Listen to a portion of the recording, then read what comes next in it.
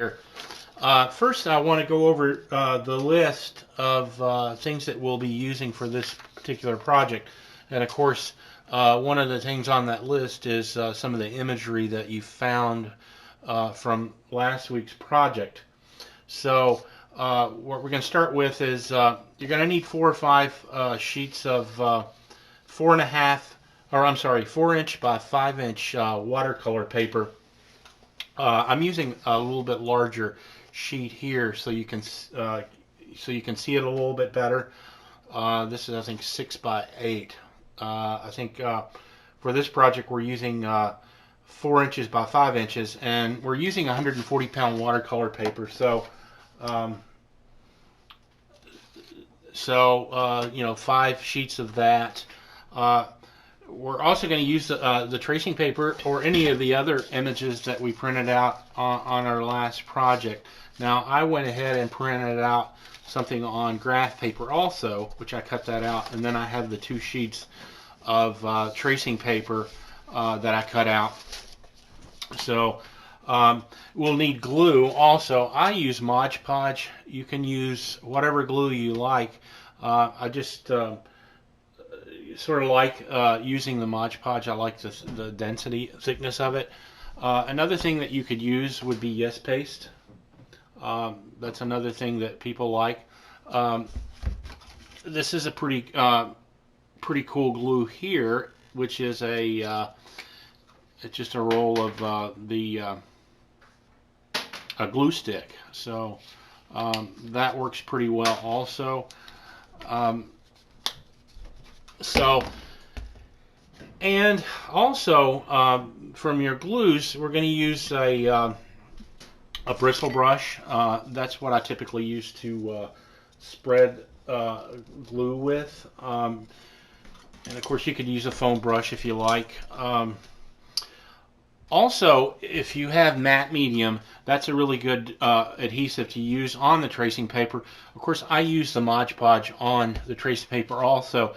Now, people typically will have problems with the paper curling, but there's a little trick that you can do to eliminate that, which I'll show you.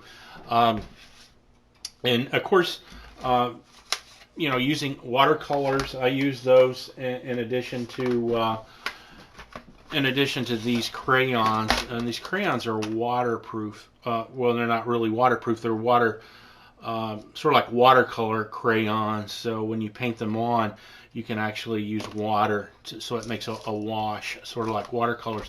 I use these a lot also. Another thing that I use is gouache. I like using gouache because it gives it a nice matte finish. Of course, you can use, you know, whatever you like in your collage. So what I did first, I started out, well, there's one other thing here too. Let me show you. I typically buy these boxes, these plastic boxes. I don't know, they're probably 13 inches by 8 inches or so, and they're about 6 or 7 inches deep. You can get these for about $1 at discount stores. I typically, you know, I'll have maybe 100 of these, and I just put stuff in it. You know, there's no rhyme or reason for anything that's in here except for the fact that when I get finished, I just stuff all of it in a box. For me, it's sort of interesting because, you know, if I'm sort of stuck for an idea or stuck for a collage, I can just pull out a box at random, and then typically I can just start looking through the box. And sure enough, I can start to find things, and then, you know, start to get sort of inspired, you know, by some of the material. You know, and even some of the tracing paper printings that I've done, you know, if I don't use them in a particular collage, I'll put them back in the box. So, but yeah, this is a good idea to keep all of your stuff in sort of a container. It makes it a little easier when you can pull that out. Now, some people can organize stuff, and that's fine. You put certain things in certain boxes or certain colors too. I know people that do that. But let's go ahead and get started. What I did to start out, I just, you know, took a bunch of different you can see here, I took a bunch of different paper and I sort of made a background. I wasn't too worried about, how everything's laid out.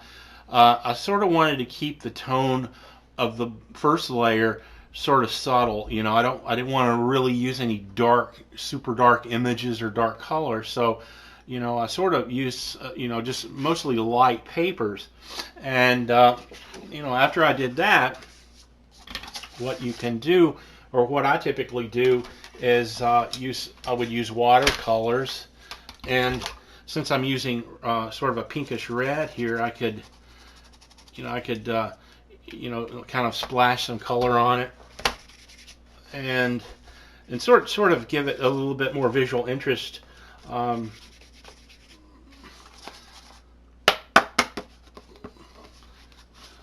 But yeah, that sort of adds another layer to it also.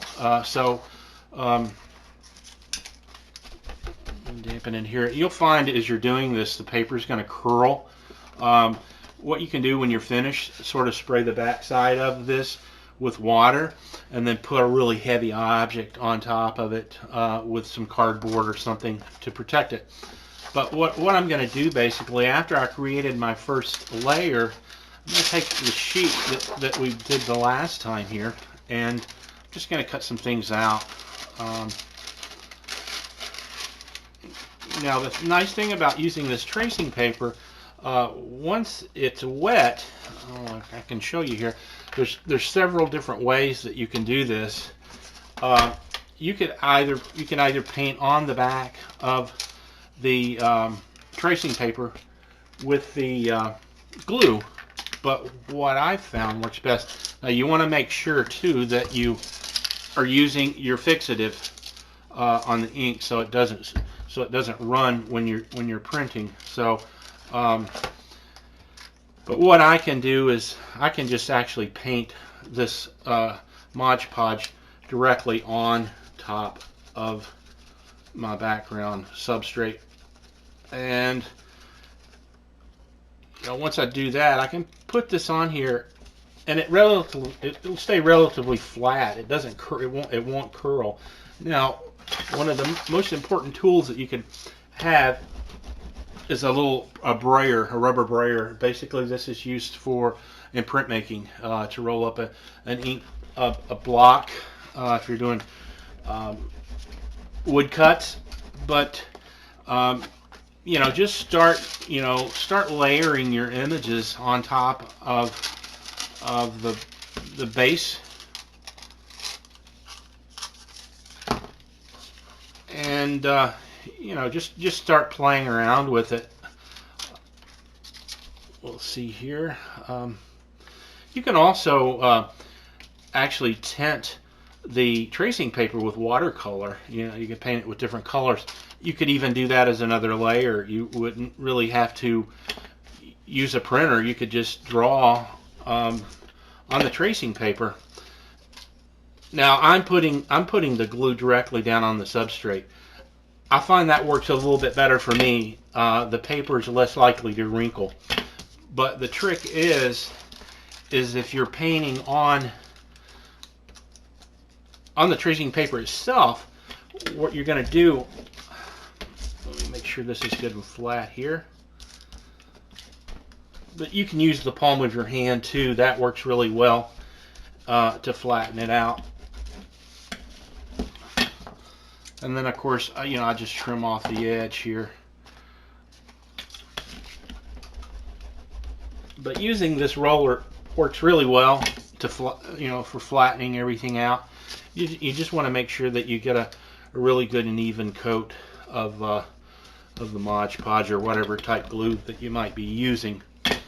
But if you wanted to apply this directly to the tracing paper, you want to hold this down for a few seconds, because if I cover this completely, you can see it's going to curl. That's because I introduced moisture to this paper. Now, if I waited a few seconds, as you can see here,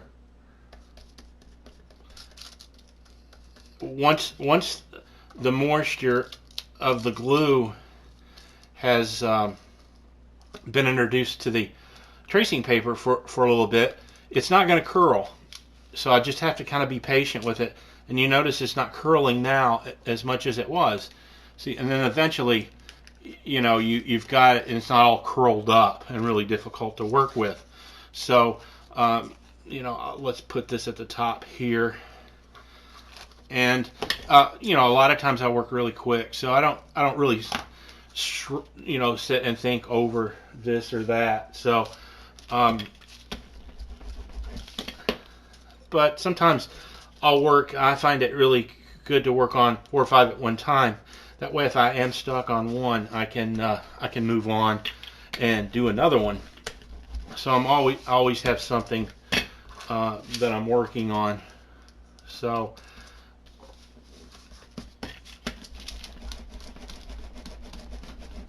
And you kind of want to be really subtle.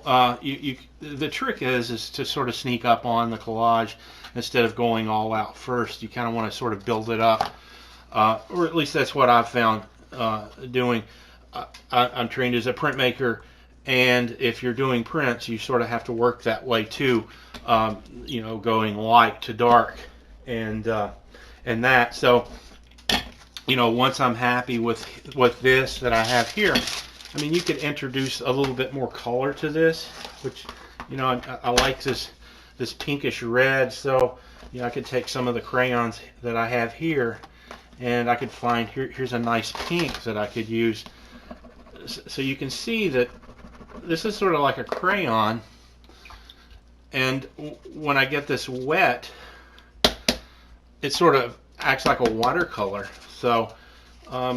You know, I like that pink tone that I have, and you know, because I used the fixative, the ink is not going to smear. So, you know, I can dampen that, and then, you know, here's my final image that I'm going to use on the collage. So, you know, and I typically save that for last.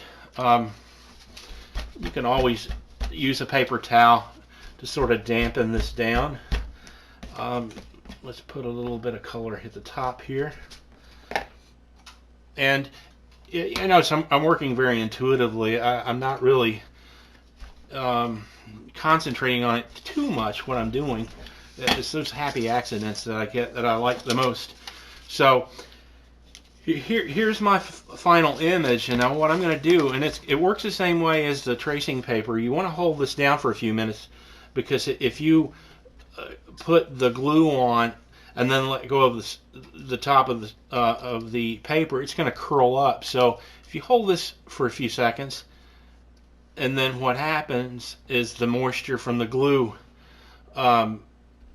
is introduced to the paper, and the paper becomes wet. So you notice it's not curling now. If I put on all the glue at one time and then let go of the paper, it's going to immediately curl up. So now let's see, we have this here. Oops, you just want to make sure that nothing sticks on the back side.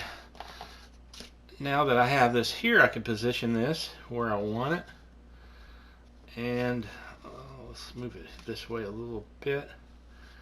Now, you can always go to the edge too and trim it off later if you like. I do that a lot. Let's see, I think I'm okay with that. You know, in some cases you may look at the thing turned upside down and put your object on it too. You know, give that a try.